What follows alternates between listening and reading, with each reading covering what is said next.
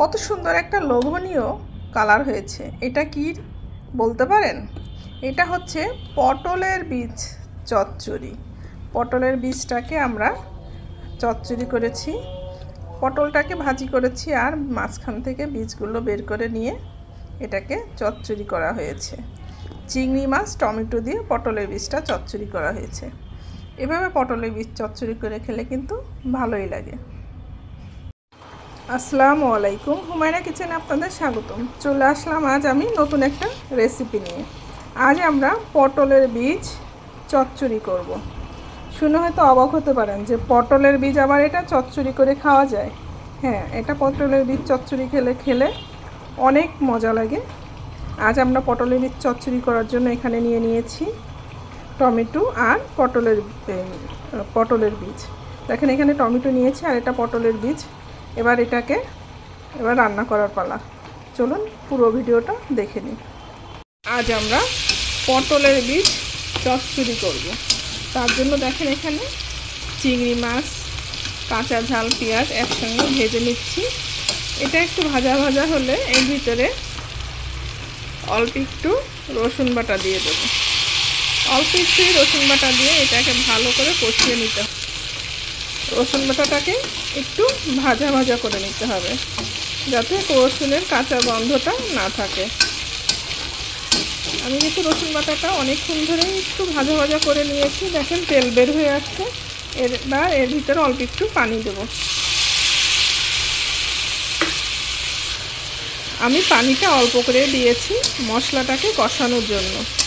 আমি কিন্তু চিংড়ি মাছের সঙ্গে লবণ দিয়েছিলাম, এজন্য এখন লবণ দেব না, শুধু হলুদের গুঁড়া দেব।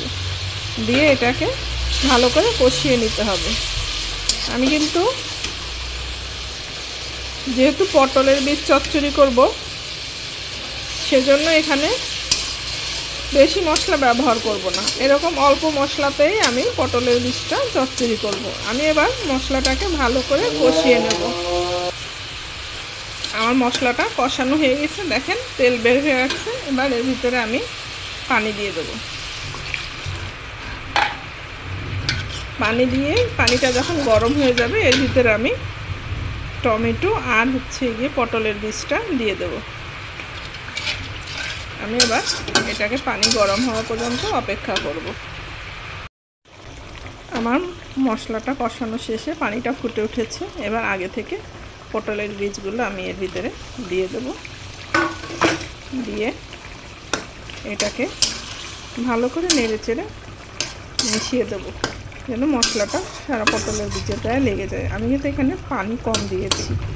আমি এটা একটু পুরা ভুনা করব, যার জন্য এখানে পানিটা কম দিয়েছি। এবার এটাকে বেশ কিছুক্ষণ রান্না করে নিতে হবে। আমি একটা ঢাকনার সাহায্যে এবার ঢেকে দেবো যেন পটলের বীজটা ভালোভাবে সিদ্ধ হয়ে যায়। দেখেন পটলের বীজের ঝোলটা কমে এসেছে, পটলটাও সিদ্ধ হয়ে গেছে বীজটা। এবার এটাকে জালটা কমিয়ে আমি এটাকে পুরা করে নেব। এটা আপনি চাইলে একটু ঝোলও খেতে পারেন, কিন্তু আমার কাছে একটু পুরাই ভালো লাগে, এই জন্য আমি ঝোলটা কমিয়ে একটু পুরা করে নেব। হয়ে গেছে আমাদের পটলের বীজ চচ্চড়ি। দেখেছেন পটলটায় তেল বের হয়ে আসছে আর পুরা হয়ে গেছে। এবার এটাকে আমি নামিয়ে নেব।